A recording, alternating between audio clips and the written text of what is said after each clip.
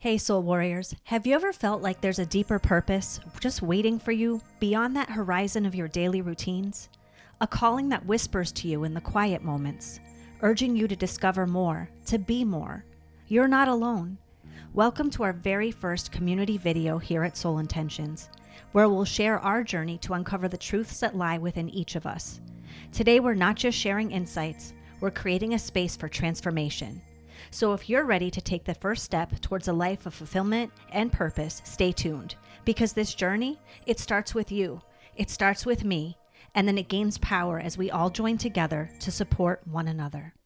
How cool is it that we just a few months back were like, hey, we should bring Soul Intentions onto YouTube. And now we have over 250 of you following us. Like, it's so exciting. And we've been starting to get to know a lot of you in comments, and those of you that have hit us up in the DMs and responded to our emails. And it's been so fun. So we thought it was time that we shared a little bit more about us, because we get a lot of questions, especially on social media, about, well, who are you? Like, we know all the stuff that you talk about at this point, but what's your story? So we wanted to kind of dive into that, so you got to understand like our background with our spiritual awakening, so we can all find points that maybe we have in common, or you can see what worked for us and why we're doing what we're doing right now. Yeah. It's been exciting to watch the growth on YouTube. Yeah, you guys are really been so engaged and inviting and welcoming it to us. You guys are awesome. It's been great serving you all, which is what we're here for. Absolutely. So when did you first feel like there's got to be more? Like, when do you, like, your first peak at spiritual awakening happened for you? I think at birth. Yeah, right. Exactly.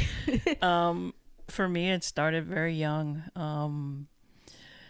From, realizing that I was constantly surrounded by spirit, being able to, back then, being able to see them, hear them, interact with them, and them guiding me in so many different ways. Of course, being human and being very rebellious, I've consistently went on this, no, I don't want to do that, or no, I'm not seeing that, or no, I'm not going to go talk to so-and-so about their children because I don't know them. It became a lot about that. I was very resistant. I think when I hit my mid-20s was when I truly decided, okay, I need to start looking at this stuff. One, because I got a very stern warning of, if you don't change the way you're thinking, acting, being, something really bad's going to happen to wake your ass up. They didn't use the word ass, but that's pretty much what they were saying to me. So I made a shift. I turned within myself. I started looking at the parts of myself I was ignoring. I also decided to really ground into meditation. And that was like the turning point, for me. And when I went in deep, the people around me changed. Mm-hmm. Some situations got really, really bad, but I think it was because that's the way of them falling away. Yeah. At the time, I was just like, what the? Yeah, what is going on? I wasn't as awakened as I should have been, where my reaction was like, what the, versus this is happening for a reason. I wasn't always that way. It was always like, what the? But it was a lot of change, a lot of introspect, a lot of soul searching, a lot of honoring what I was capable of doing, and what they were impressing upon me to move forward with. The most significant part, when I realized that I was talking to the unseen, was sitting at a park bench. I was having a full-on conversation with this older woman, and I kept noticing people looking at me. And I was wondering why. It just like, but I, kept on with the conversation, the whole thing. And then realized that, shoot, I'm having a conversation with someone who isn't there. Fully there to me. Right. but not everybody else. And that was why a lot of the people were just kind of like walking by, this crazy person talking to themselves. But I learned a lot about her. I learned a lot about my purpose. There was a lot of guidance in that conversation for me. She felt familiar, so I'm assuming she was part of my soul group. So yeah, that was like, okay, so now I'm aware that I can see them, I can hear them, I can feel them. There are things that I'm supposed to be doing, and I'm 20 something looking to just be 20 something. Yeah. So that's how it started for me. Yeah, I started out really young too. Not as full blown seeing as you, but a lot more intuitive, empathic. Like I just knew things and I didn't like hear them. I just, all of a sudden something's flying out of my mouth and I'm like, oh wow, that was brilliant. Where did that come from? How did I even know that? So I knew I was different, but I was also very good at navigating physical, mundane life. So I had this really, I kind of did it backwards, like spiritual awakening towards the end part. You're figuring out how to balance both the spiritual and the mundane and be rooted here while still being fully plugged in there type of thing. And so I did that really good for like, the first 20 years. And then I was a 20 something, same thing. And life started happening, all the traumas and the whatever, and the beliefs were really hard set in at that point. And I had also, I went to 2 different colleges and lived in several different states. So I started getting like, oh, okay, there's different belief systems and ways of fitting inside of the box differently wherever I go. Like my first big shock, I think, was my first year at college. And I drove myself to Pennsylvania and landed in the middle of Amish country and went to my first day of classes, and the KKK was out like burning crosses and full on, white sheets and everything. And you had to like go through them screaming to get onto campus. And I was like, what is going on? Wow. Right. It was just, very big culture shock. And also very big shock on my system, where to protect, I started, adding layers, which cut off some of my intuitive stuff. And I think that's the start of kind of the downfall of the rabbit hole, which I think we all go into our 20s and 30s, where we're starting to, be adults and we're doing all the things and things are piling up and bad. We're thinking we're adults. We're thinking we're adults. Yeah. We're just swimming through trauma, trying to get by with whatever was passed on to us from our parents who were trying to be adults to raise us, and on and on, generation after generation. But I wasn't aware of any of that, so you just feel like you're starting to get buried, and then you hit that point where you're like, okay, there's got to be something more.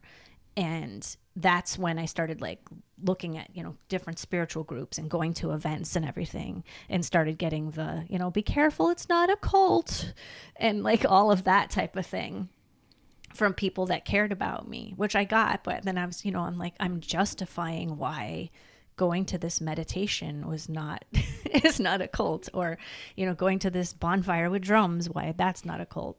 And then I'm like, okay, there's lots of differences. There's lots of fears. Should I have those fears? Is this not safe? And I'm like, no, this feels right. It's lighting up my soul. I'm going to keep going. And the farther I kept going, same thing. Friends started to fall away. People thought I'm the different one. I'm not the friend that's invited places. I'm the friend that's invited on a one-on-one situation when somebody needs something. But I'm not the, all the girls are going out together type of person. I'm not invited to those things. And then I was like, you know what? That's okay. I don't really want to go to those anyway. At first it hurt, and then I was questioning, and then I'm like, no, that's because my calling is over here, and I'm going to end up at some point, hasn't totally happened yet, but I'm going to end up with actually it has happened. It's all of you guys in our community, really, being surrounded by like-minded souls. I think that's what I love about YouTube so much, is I get to meet new people and interact, and they only stick around if they're angry at my point of view, which I'll take energy as energy, so I'll take it all, or because, we're connecting on a soul level, and we're all tribe. So Yeah, yeah.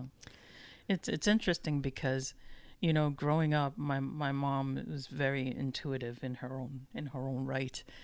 And we used to go to these group things where there was somebody who can talk to spirit and all this stuff, and go to botanicas and all these different things, and like she was into this, she was into it at the time when I was very young, so I got to see it in action, in a sense, not so much as her teaching, but it's just that was her belief at the time, and that's what I saw. She would go around cleansing the house, and we had certain things put on the door, and for protection and prosperity, and all these different things that she used to do, and I would just kind of like watch. And my cousin also had the ability to see. She was, when she would come around, she would always, be talking to spirit, and things like that. Like I grew up seeing that as a normal thing, in my household, not so much outside of that. But like that's why when it started to happen with me at a very young age, it was just like kind of normal to me. That's why it took me a while to connect the dots that I'm not talking to people that are here. right. And I'm recovering Catholic, so yeah, it was very not normal, not encouraged. Yeah, I mean, not that my mom was great and just flowed with me being whoever I was. It was awesome, but obviously you couldn't go to CCD class or. I mean, I did that whole thing too. That within itself was quite challenging because I was consistently challenging what I was being told. Me too. It didn't make sense. It's like, is it really though? Yeah, right. I mean, the priest that I had the pleasure of getting to know very well, it was a very awesome priest, and he was consistently entertaining my curiosity, which was awesome. And he would ask all sorts of questions, and I would ask him all sorts of questions. Well, what does this mean? What does that mean? And why do people act this way? Why are people that are so-called religious are doing such mean, awful things, and all that? Because it didn't make any sense. And why would God forsake me for liking women? Why would he, to me, that God is about love. God is about, things like that. And so I brought all that to the table. Wow. Because I knew from a very young age that, I like being with women. So, I mean, and growing up in a Hispanic family, that of course was a no-no. So I kept it locked up for a very long time. But I was very comfortable talking about it with the priest. That's interesting. And he was really, like I said, he was a really, really cool guy. Once he left the church, I didn't talk to anybody after that. So yeah. I didn't trust the rest of the crowd. No, there. I was always told that, you're just supposed to listen, not question the scripture. Yeah. And I'm like, just supposed to listen, like, then how am I supposed to understand? By listening? Okay, but can you explain? No, you just listen. Okay, you're the teacher. You're not. I can read myself. Like, why am I even coming to these classes if you can't teach me anything? You can only read verbatim. Like the nun that I had for the class didn't relate to me at all. Like. She was always, why do you have to be so difficult? I'm not being difficult. I'm asking a question. Right. There's a difference. We're trying to learn. We're actually trying to learn instead of just get through. If you don't have an answer, that's on you. This is the whole fall in line program from school to church to everything, to work. And that's when I would get we're going to be calling your mother. That was fun. Yeah, my mother was called too every time we had to do confession. if I didn't come up with like Oh my God, yes. some ridiculous thing that I did when I'm like, no, I was good this week. There's no way. Everyone is a sinner. And I'm like, okay. Really? We would go back and forth. And I'd finally make up some dumb thing. That's Like, that thumb. yo, I hit my brother. See, there you go. It's good that you got that off of your soul and, 10 Hail Marys and blah, blah, blah. And I'm like, But I just awesome. made it up. Can I confess? Yeah, because I just made it up. So I lied. So that's that's my actual sin because I didn't do any of those other things. Well, why did you do that? Because you forced me into a corner that either I make something up Right. because I pride myself on being a good person. Not that I don't ever screw up, but in the last 5 days since I was here last time, I did not screw up. I was really good. Right. But it wasn't recognized like that. And yeah, we were seen as being difficult instead of being very honest and integritous and all of these things. Yeah. I mean, when I would go to confession, it was just this kind of in the same ballpark. And, I'm like, I'm not going to sit here and create something because I don't believe that I'm a born sinner. No. I'm a child that is curious, that will make mistakes, that'll do a lot of different things. But to be a sinner from the gate, I'm not taking that energy on. Yeah, Thank you. that wasn't resonating with me. Yeah. And I wasn't gonna sit in that. So and I made sure that everybody knew about it. Yeah. I.e., We'll call she's you mama. difficult. I want to give you a quick message before we get back to this episode. Unlock the secrets of your soul for free with Soul Notes. Say goodbye to feeling stuck and hello to the validation of your alignment. These weekly prompts are filled with reminders, gentle nudges, and sometimes a kick in the ass, all with love from your soul. Don't just take our word for it. Try Soul Notes for yourself and see the difference it can make in your life. Trust us, your soul and you will thank you. Just go to soulnote.org. That's SOULNOTE.org. Now back to our podcast. Yeah, I think that the pressure cooker of conformity between, and I was really good at school.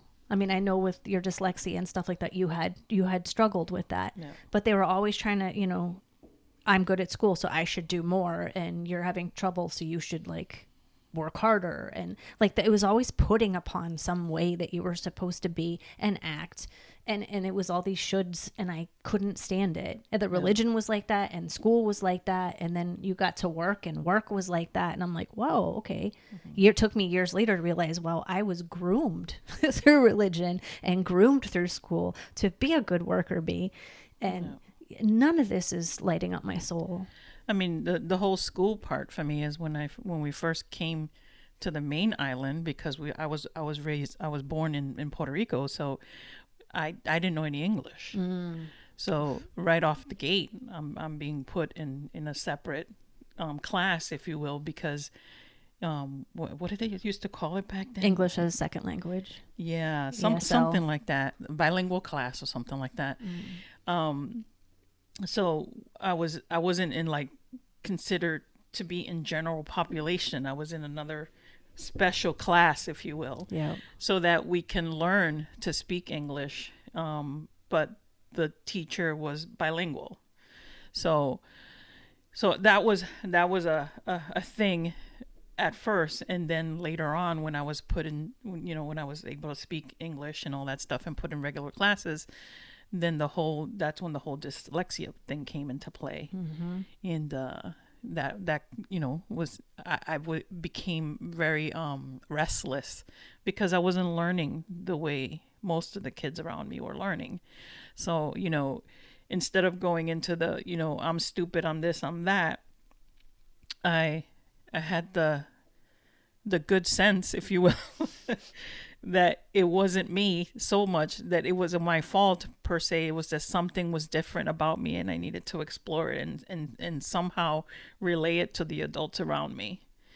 But I just didn't know how, i.e. difficult.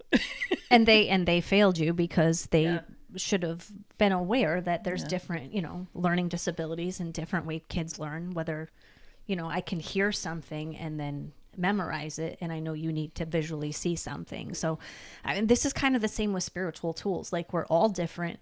We all have different paths, but similar things that are put upon us that we have as challenges that we have to get through. I feel like my height of all of this was about 8 years ago when I got really sick and nobody could figure out what was wrong with me. And I was told my kidneys were shutting down and all this stuff. And everybody still treated me like I wasn't really sick, even though it was going downhill. It was just... there was no way that that would make sense in their world because you've been such a rock. Right. Yeah, exactly. I was always told you have to be okay because you're always okay. If you're not okay, then how can we be okay? Exactly. So it was a lot of that. Yeah. So a lot of the supports that I thought that I would have, I mean, not that they failed me in that, because they were in their own, I recognize now, were in their own fear and denial of it to protect themselves. But a lot of other people that I didn't even know I had as support started to show up, and I was like, whoa, just like that, I have a whole different, friend group, and the other ones are still there, but I was like, this is really strange. And then I was never scared, though. I was just like, okay, I'm going to figure this out. And I approached it very logically and, researched and went to all the doctors and tried all the things, and it wasn't working. And then at some point it was just like, okay, I'm getting worse. I'm getting more tired. I can't keep up doing everything that I'm doing. I left the big girl corporate job of my dreams that I thought was of my dreams.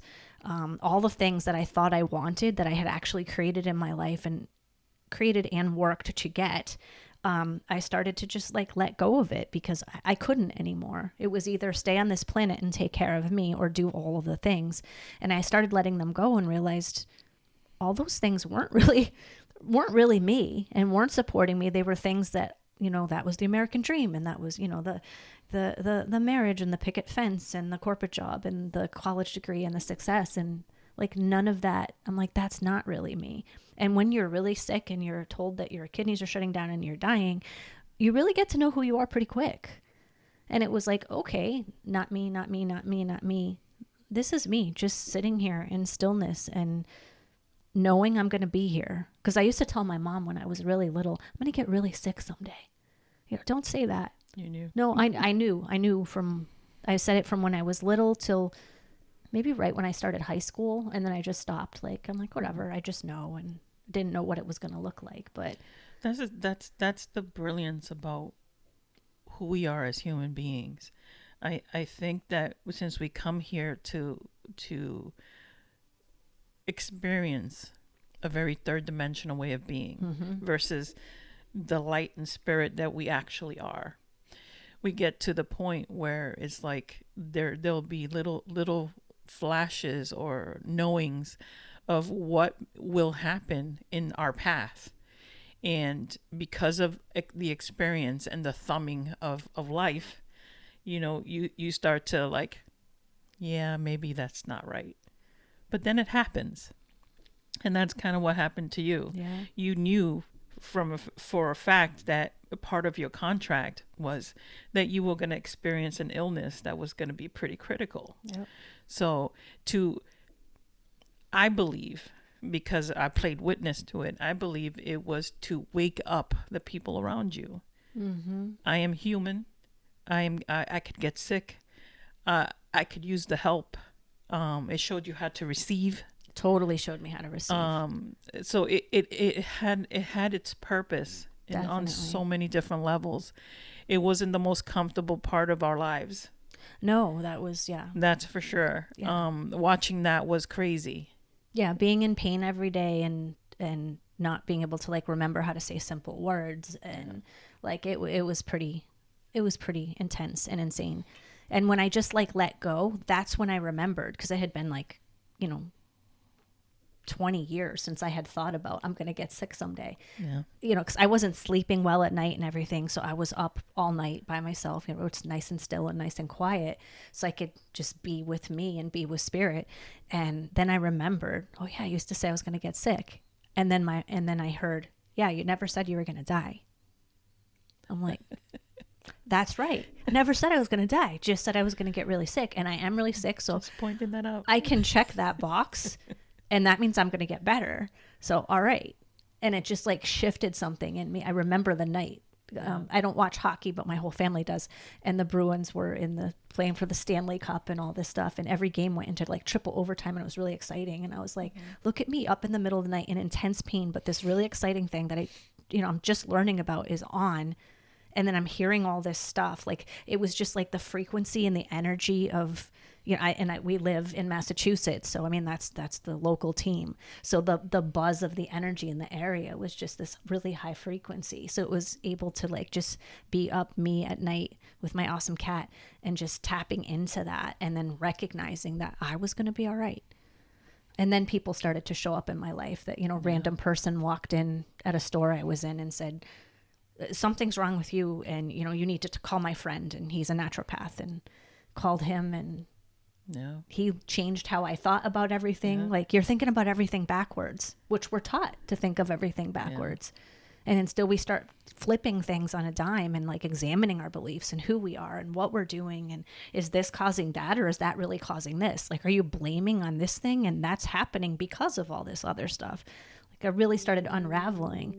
And he talked to me not just about my health. It was like my spiritual side. He was really freaking tapped in and was almost reading me and telling me all this awesome stuff and switching my mindset up. And it just like, I mean, everything clicked. That's the beauty of it. I mean, if you take a moment to really like look at your life from beginning to where you're sitting now, you get to realize all those moments where spirit, God, whatever you believe in, is saying, pay attention. This is the path. This is how it actually works. Listen to your gut. Understand your brilliance. Remind yourself how loved you are. Exactly. Like, you will see all those moments.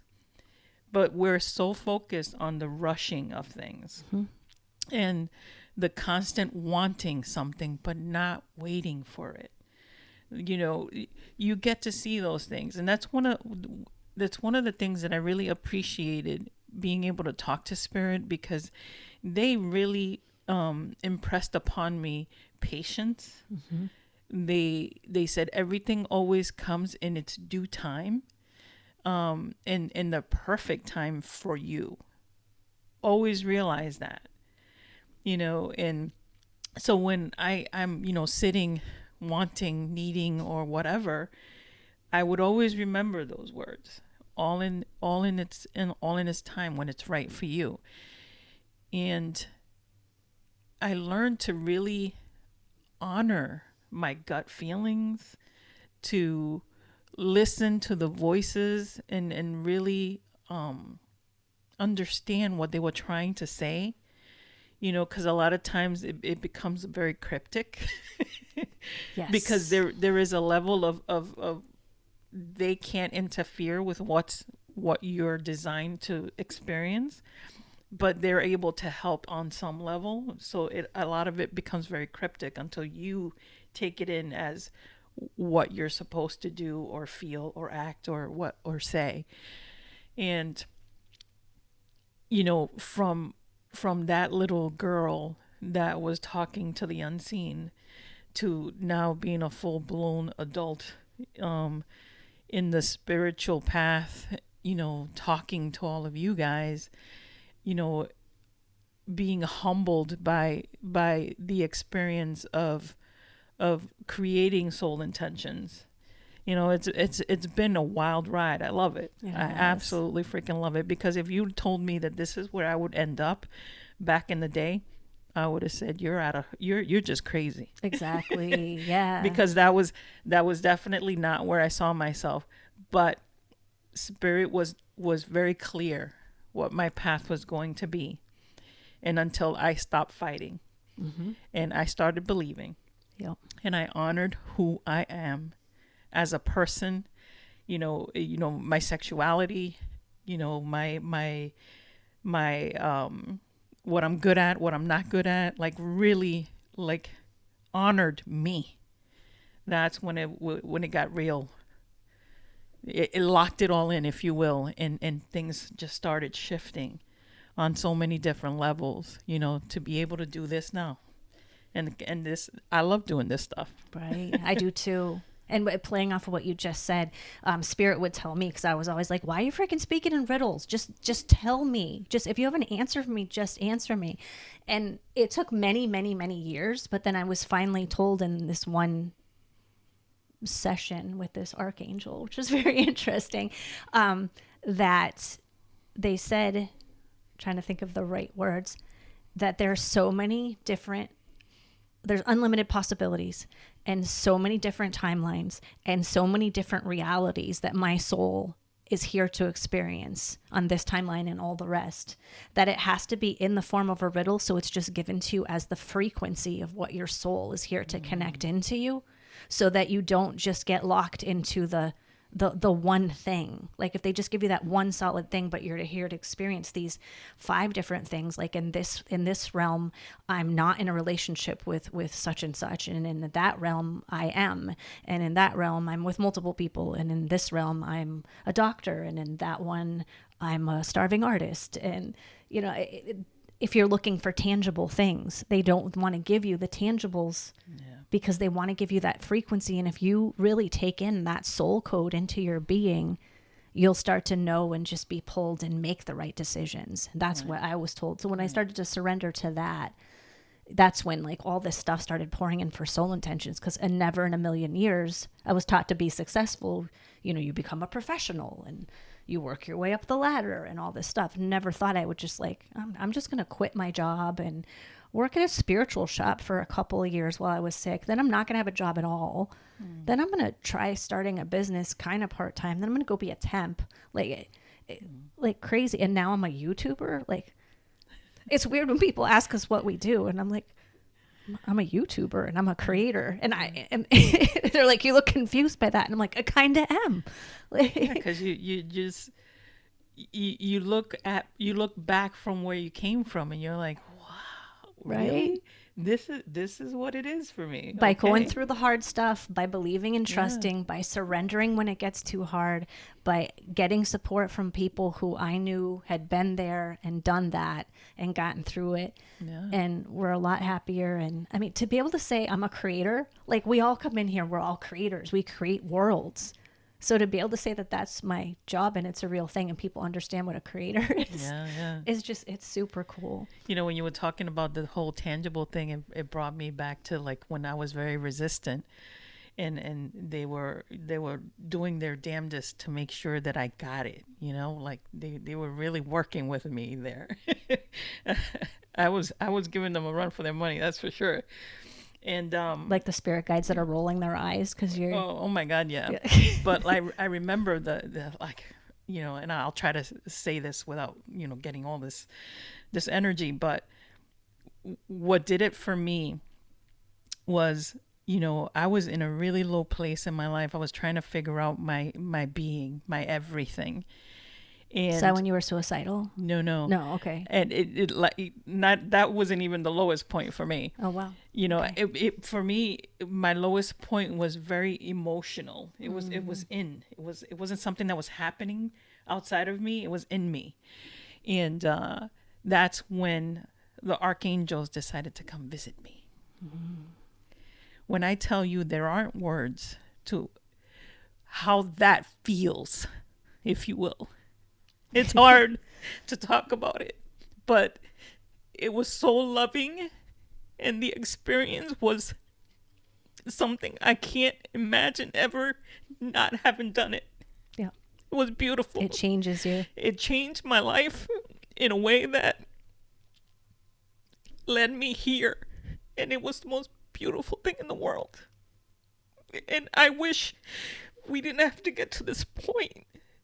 And that we can just know that this is where we come from. Yeah. This is what happens in life. That we're that strong, we're that capable, and we're that massive. And that's what I want to put out in the world. This is why I do what I do. Exactly. We are all massive, majestic, sovereign beings. And the more that you can like really feel that and own that and embody that, it changes everything. And if we can give everybody just like a tiny sliver of the energies that we've been able to experience on this planet, and just help all of you feel that string of love. This is all like, I used to go to this annual thing where we would we'd bring yarn and we'd string it together in this giant like spider web thing, like, and we'd stop and talk to each other or hug or whatever as we were stringing our strings together, showing that we're all connected and we're all tied together. And we hope that you feel that web out there from us, and we want to feel it more from you. So if you could please comment, tell us what struck you the most, or we'd love to know, like, you know, when did you first start waking up, some cool experience you have, like, share with us, because we really want to get to know you. Or if you have any questions, you want to know more from us about stuff, we want to do these community videos, I don't know, maybe like once a month or something, to keep going on our story and what's going on with us. So, you know, we can all just know that we're in community and we're in this together. And let me tell you that this experience has made me very super comfortable being vulnerable. Yeah. Because what you guys just saw, that wasn't something I did. No, that was usually on lockdown. Yeah. So it's awesome. So yeah, thank you for showing up to these videos and giving us this platform, and we're going to keep showing up for you as long as you'll have us. Yeah. And please comment below so that we can get to know you. All right. Be kind. Peace. Peace.